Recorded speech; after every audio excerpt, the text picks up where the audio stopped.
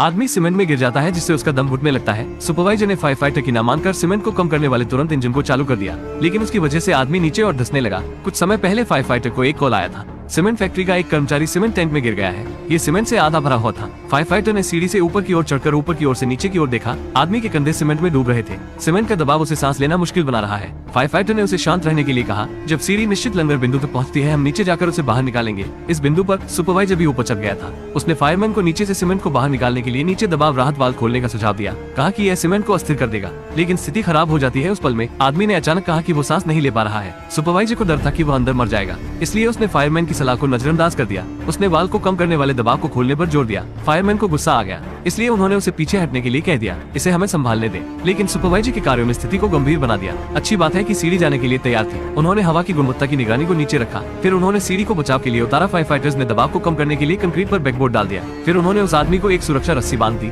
जैसे वो एक और बैकबोर्ड नीचे रख रहा था, उसने पाया कि आदमी का दम घुट रहा था, इसलिए उसने दूसरे फायर फाइटर को मदद के लिए बुलाया। आदमी को रस्सी के साथ बांध दिया गया, लेकिन एयर मॉनिटर बजने लगा। ऑक्सीजन का स्तर गिर रहा है। वो चिल्लाता है कि उसे और अधिक ऑक्सीजन की जरूरत है। फायर फाइटर ने वेंटिलेशन पाइप को नीचे बढ़ाया। ऑक्सीजन का स्तर जल्द ही सामान्य हो गया, लेकिन हल्के हल्के निकलने का कोई समय नहीं है। फायर फाइटर ने रस्सियों को कसने का आदेश दिया। फिर कप्तान ने वाल्व को कम करने वाला दबाव खोला। सीमेंट धीरे धीरे बहने लगा। फायर फाइटर ने सीमेंट को कम करने के लिए आदमी के बगल में सीमेंट को खोदना चालू कर दिया। जल्द ही आदमी के शरीर का आधा हिस्सा ऊपर आ गया था। फिर फायर फाइटर ने वाल्व को कम करने वाले दबाव को बंद करने के लिए सूचित कर दिया। फिर आदमी को ऊपर खींच लिया गया। पहले डॉक्टरों ने उसे एक इंजेक्शन दिया, फिर उसे ऑक्सीजन मास्क लगा दिया गया। आदमी ने धीरे धीरे सांस लेना शुरू कर दिया और इस तरह से फायर फाइटर ने एक और जान बचा ली।